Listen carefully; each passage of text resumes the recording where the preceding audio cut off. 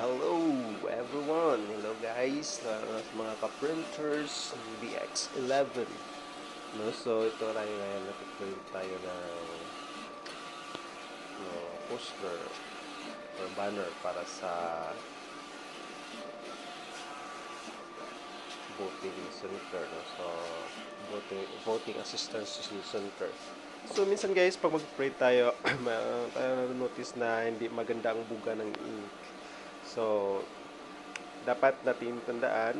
So, i-check natin itong mga tanks. No? Sometimes kasi sobrang higpit, no? Lalo na kapag ganito na medyo dalawa-dalawa ang hose or nakasara yung ano.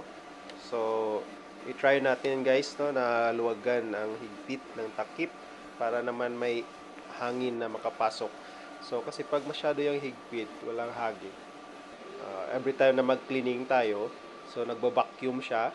So ang mangyayari niyan guys, yung damper natin magkakaroon ng bubbles, no? So parang ma-pressurize siya. So at sa kalaunan, mahihirapan siya magbuga ng ink. No? So uh, kaya i-check natin, no, yung sa likod, no, ng ating printer, yung ink tank, no, wag masyadong mahigpit. No? So, yun lang guys.